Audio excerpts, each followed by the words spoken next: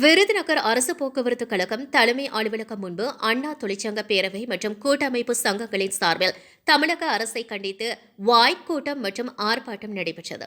ஆர்ப்பாட்டத்தில் 15வது ஊதிய ஒப்பந்த பேச்சுவார்த்தையை உடனே நடத்த வேண்டும், போக்குவரத்து தொழிலாளர்களை பழிவாங்கும் போக்கை கைவிட வேண்டும், பழைய ஓய்வூதிய திட்டத்தை உடனே அமல்படுத்த வேண்டும், தொழிலாளர்களுக்கு தரமான உணவை வழங்கிட வேண்டும், புதிய ஓட்டுநர்கள் நடத்துனர்களை உடனே பணியமைத்திட வேண்டும், வாரிசுதாரர்களுக்கு தகுதிக்கேற்ப உடனே வேலை வழங்க வேண்டும், போக்குவரத்து துறையை தனியார் மயமாக்குவதை கைவிட வேண்டும், போக்குவரத்து தொழிலாளர்களை அரசு ஊழியர்களாக்க வேண்டும் உள்ளிட்ட பல்வேறு கோரிக்கைகளை வலியுறுத்தி ஆர்ப்பாட்டம் நடைபெற்றது.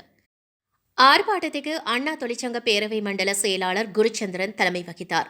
மாநில அண்ணா தொழிற்சங்க பேரவை பொருளாளர் அப்துல் ஹமீது சிறப்புரையாற்றினார். ஆர்ப்பாட்டத்தில் ஏராளமானவர்கள் கலந்து கொண்டு தமிழக அரசை கண்டித்து கோஷமிட்டனர். அண்ணா தொழிற்சங்கத்தின் ஆர்ப்பாட்டம், ஆர்ப்பாட்டம் இது ஆர்ப்பாட்டம், அனைத்து இந்திய அரசே போக்குவரத்து துறையே, வஞ்சிக்காதே ஓய்வு பெற்ற தொழிலாளர் குடும்பங்களை